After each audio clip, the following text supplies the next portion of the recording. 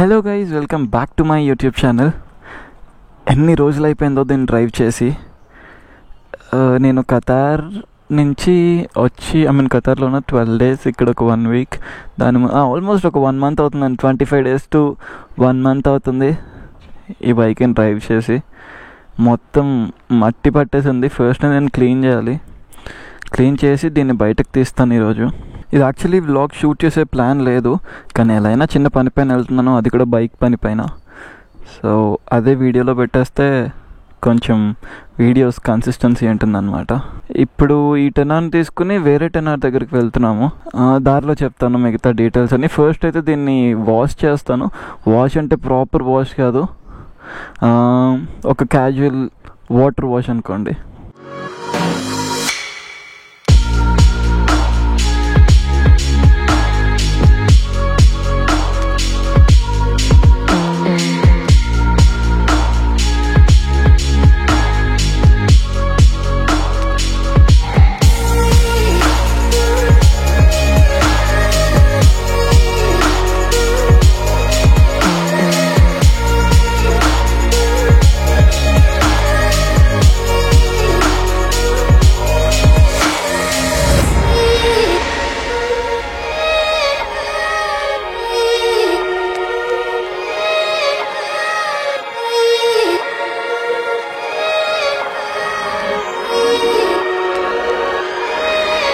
కొంచెం పైన అయితే వాష్ చేసి మేనేజ్ చేసేసాను. దాన్ని అయితే ఇంకా మంత్స్ అవుతుంది తీసి. టైగర్కి తెలియని విషయం ఏంటంటే దాన్ని నేను అమ్మేస్తున్నాను. ఒక లాంగ్ డ్రైవ్ చేసి అయినా అమ్మేస్తాను, లేదు అంటే ముందైనా బైక్ ఇచ్చేయచ్చు. ఎవరికైనా ఈ టైగర్ కావాలి అంటే మాత్రం నేను డిస్క్రిప్షన్లో మా కిరణ్ అన్న నెంబర్ మెన్షన్ చేస్తాను. మీరు ఆ నెంబర్కి కాల్ చేయండి. నేను ఖతార్లో 6 hours నడిపిన తర్వాత మళ్ళీ ఇప్పుడే నడుపుతున్నాను బైక్ని. చాలా రోజులు అయిపోయింది బైక్స్ ముట్టుకొని.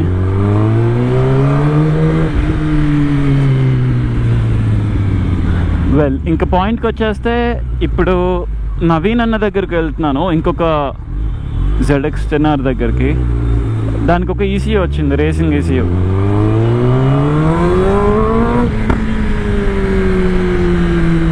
రేసింగ్ ECU అంటే స్టాక్ ECUనే ఫ్లాష్ చేసి తీసుకొచ్చారు. దాన్ని ఒక్కసారి నేను వెళ్ళి టెస్టింగ్ చేయాలి. నచ్చితే నేను నా ECUని కూడా ట్యూన్ చేయించుకుంటాను. ట్యూనింగ్లో చాలా చేయొచ్చు. మన రేడియేటర్ ఫ్యాన్ ఏ టెంపరేచర్ దగ్గర ఆన్ అవ్వాలి, దగ్గర నుండి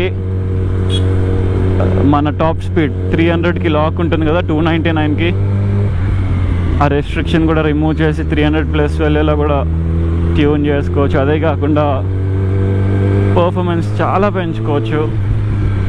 నాకు యాక్చువల్లీ చాలా యూస్ఫుల్ అది ట్రాక్లో.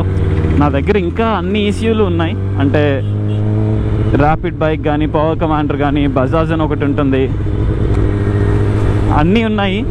కానీ స్టాక్ ECUని ఫ్లాష్ చేస్తే డిఫరెన్స్ కూడా చూద్దాము. ఇప్పుడు మనం వెళ్ళే టెన్నార్ 2016 టెన్నార్, దానికి స్టాక్ ECUని రీఫ్లాష్ చేయించి తీసుకొచ్చారు. ఇప్పుడు ప్రాబ్లం ఏంటంటే పర్ఫార్మెన్స్ విషయంలో టెస్ట్ చేయాలి అంటే ఒక ట్రాక్ ఉండాలి, లేదంటే డైనో ఉండాలి. మనకి రెండూ లేవు. అలానే రోడ్డు పైన టాప్ స్పీడ్స్ చేయలేము, చేయకూడదు కూడా. నాకైతే మైండ్లో కొన్ని డిఫరెంట్ ఐడియాస్ ఉన్నాయి. ఇలా టెస్ట్ చేద్దాం, అలా టెస్ట్ చేద్దామని. అక్కడికి వెళ్ళి చూద్దాం అవి పనిచేస్తాయో లేదో. ఇదంతా ఇప్పుడు చెప్పేస్తే అర్థం కాదు. ఫస్ట్ ఆ బైక్ దగ్గరికి వెళ్దాము. ఆ బైక్ డ్రైవ్ చేస్తూ ఎక్స్ప్లెయిన్ చేయడానికి ట్రై చేస్తాను.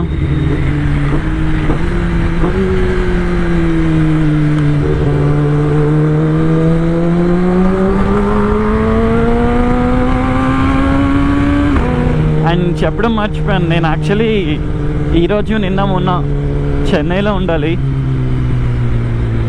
మద్రాస్ మోటార్ రేస్ ట్రాక్లో టెస్టింగ్ ఉంది. 100% వెళ్ళాలి అనుకున్నాను, బట్ లాస్ట్ మూమెంట్లో క్యాన్సిల్ అయిపోయింది. క్యాన్సిల్ చేసుకోవాల్సి వచ్చింది. మీరు బైక్ అయితే తీసుకుని బయటికి రండి, ఫస్ట్ రైడ్ చేస్తాను, తర్వాత చూద్దాం. ఇప్పుడు నేను ఇంకో టెన్నర్ డ్రైవ్ చేస్తాను. డ్రైవ్ చేసి ఏ క్విక్ షిఫ్టర్ కానీ నాకు అంటే ఏమైనా డిఫరెన్స్ కనిపిస్తుందో చూస్తాను. తర్వాత కుదిరితే నేనేమనుకుంటున్నాను, పాడాక్ స్టాండ్ ఉంటుంది కదా, అది పెట్టి ఫుల్ థ్రాటిల్ ఇచ్చి అసలు 300 లిమిటర్ బ్రేక్ అయిందో లేదో చూద్దాము. ఎలా అయినా రేర్ వీల్ రన్నింగే ఉంటుంది స్పీడోమీటర్. నాకు వైట్ లైట్స్ కావాలి, ఆ వైట్ లైట్స్ కావాలి నాకు.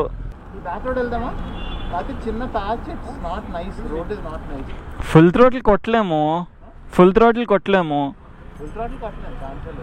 తెలుస్తుందా డిఫరెన్స్ నార్మల్గా డ్రైవ్ చేసి? పదండి అటే వెళ్దాం.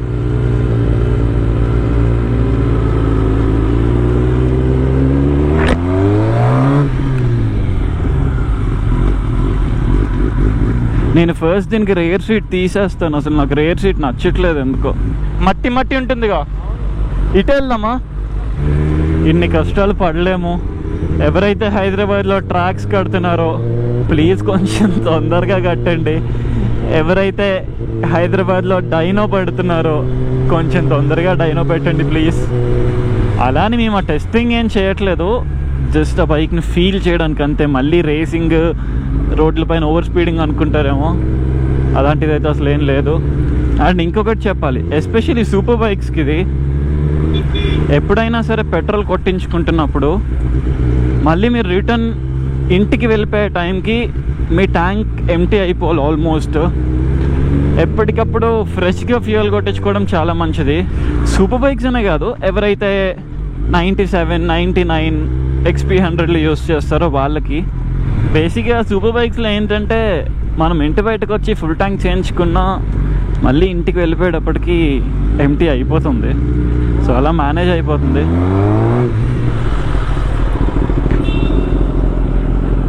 స్లిక్స్ నాన్ ABS, ట్రాక్షన్ ఆఫ్ చేసుకుంటున్నాను.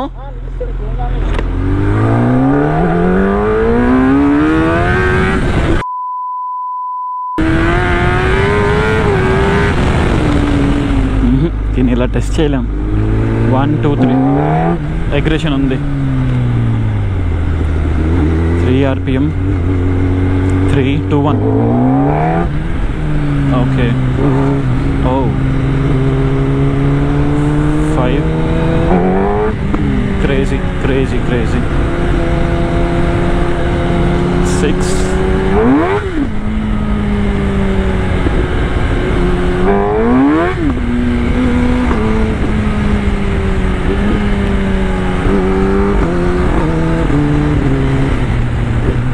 క్విక్ షిఫ్టర్ కూడా ఉంది, చాలా ఫాస్ట్ ఉంది.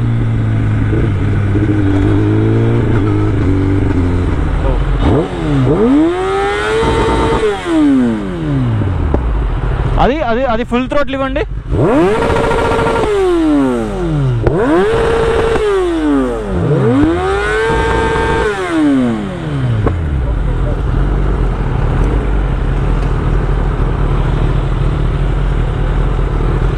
డిఫరెన్స్ చూడండి, నాది 98లో ఉంది, 91. ఇంటి దగ్గరికి వెళ్దాము, పాడోక్లో పెట్టి రెస్ట్రిక్షన్ చూద్దాం. యాక్చువల్లీ ఇంకొంచెం ఎక్కువ రైడ్ చేసి నేను డిఫరెన్స్ చూడాలి. అంటే ఇప్పటివరకు నా బైక్ డ్రైవ్ చేసి వస్తాను కదా, బైక్కి కొంచెం చేంజెస్ ఉంటాయి. అంత ఎక్కువ డిఫరెన్స్ తెలియదు మనకి, బట్ ఆ డిఫరెన్స్ అయితే చాలా ఉంది. క్విక్ షిఫ్టర్ టైమింగ్లో కానీ, పవర్ విషయంలో కానీ. నాకు క్విక్ షిఫ్టర్ చాలా నచ్చింది. నేను అర్జెంట్గా ట్యూన్ చేయించి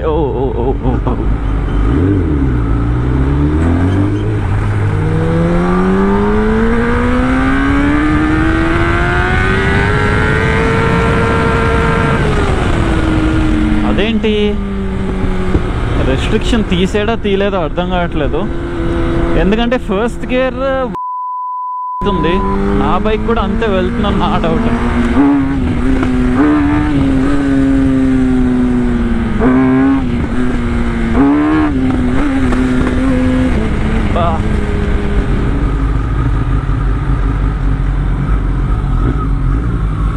దీనికి ఏంటి ఫాస్ట్ ట్యాగ్లో ఏమైనా ఉందంటే? బైక్ అయితే బాగుందన్నా. డిఫరెన్స్ అయితే ఉంది. అంటే నేను ఆ బైక్ నుంచి ఈ బైక్కి స్విచ్ అయ్యాను కదా, సో నాకు ఇప్పుడు ఒక బైక్కి చాలా డిఫరెన్స్ కనిపిస్తుంది. So even if it's stock, నాకైతే దీనిలో క్విక్ షిఫ్టర్ అయితే కొంచెం ఫాస్ట్ ఉన్నట్టు అనిపించింది, కానీ టైట్ ఉంది. బూట్స్ వేసుకుంటే బాగుంది. సో టైమింగ్ చూసాను కానీ ఫాస్ట్ ఉంది. చాలా ఫాస్ట్ చేంజ్ అవుతుంది, నాదలా చేంజ్ అవ్వదు. ఫస్ట్ గేర్కి క్విక్ షిఫ్ట్ ఉండదు కాబట్టి second, third, fourth, fifth, sixth count ఇది. Okay, got it. So ideally this is 150. They made it half. 300 restriction వాడిని అడుగుతాను, నేను చేయలేదంటే చేసిస్తాడేమో. ఫుల్ థ్రోట్ల్ ఒకసారి ఇచ్చి వదిలేద్దాం అంతే. 2, 3, 4, 5 ఏంటన్నా కంట్రీ లాక్ చేయాలా? అవసరం లేదు. అక్కర్లే, నేను బ్రేక్ పట్టుకుంటా, నేను కూర్చుంటాలేండి. ఓకే, 3, 2, 1.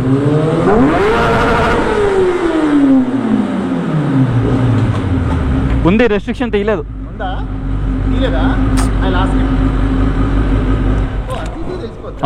చాలా ఈజీ అన్నా. సో 299 అయితే రిస్ట్రిక్షన్ ఉంది. నాకు దీనిలో మేజర్గా కనిపించిన డిఫరెన్స్ అయితే క్విక్ షిఫ్టర్ అన్న, అండ్ ఇంకొకటి ఏంటి, అగ్రెషన్ ఉంది. ఇప్పుడు నేను 3 నుంచి ఫుల్ థ్రాటిల్ పట్టుకుంటే రెస్పాన్స్ నాది ఒకలా ఉంది, ఇది ఒకలా ఉంది. సో ఆ రెస్పాన్స్ ఉంది. ఇంకా టాప్ అండ్ పవర్ అంటే ఇక్కడ అసలు ఎక్కడ చూడలేము, పిచ్ లైట్. ఆ బైక్ అయితే కనిపిస్తుంది అన్న, అంత ఈజీగా కనిపిస్తుంది డిఫరెన్స్ అయితే.